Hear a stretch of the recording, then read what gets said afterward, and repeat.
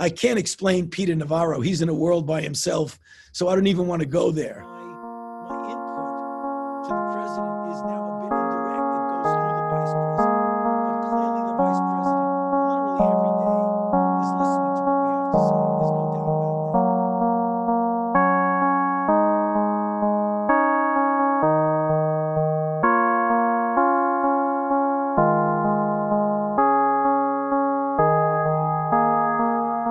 You know, it is a bit bizarre. I don't really fully understand it.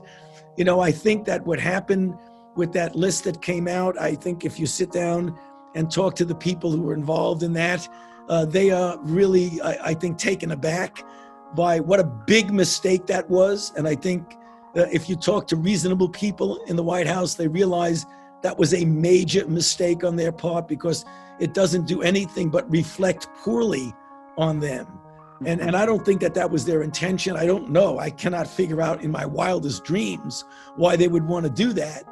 But I mean, I think they realize now that that was not a prudent thing to do because it's only reflecting negatively on them.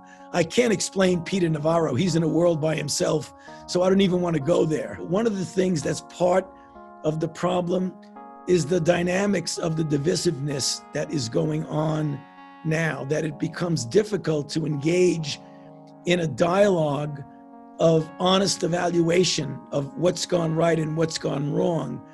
Because once you do that, and this has happened countless times to me in the last couple of months, where you try and explain something, and in the explanation, not the person you're talking to, like you, but someone will hear a clip, pull out 5 words, and then that becomes the story.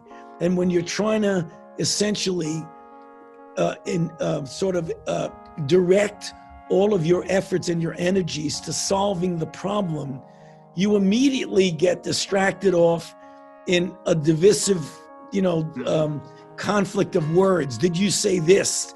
And did you mean that? And to me, that's the most disturbing part about it, because it distracts from what I would hope would be the common effort of getting this thing under control, rather than this back and forth distraction, which just doesn't make any sense. We've got to almost reset this and say, okay, let's stop this nonsense and figure out how can we get our control over this now?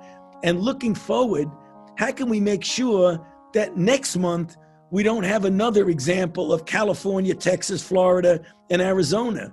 Because those were the hot zones now. And I'm looking at the map saying, we got to make sure it doesn't happen in other states. I wish we didn't have a lot of those distractions, which I think are noise that get in the way. But I put that aside, try not to let it bother me, and just move ahead.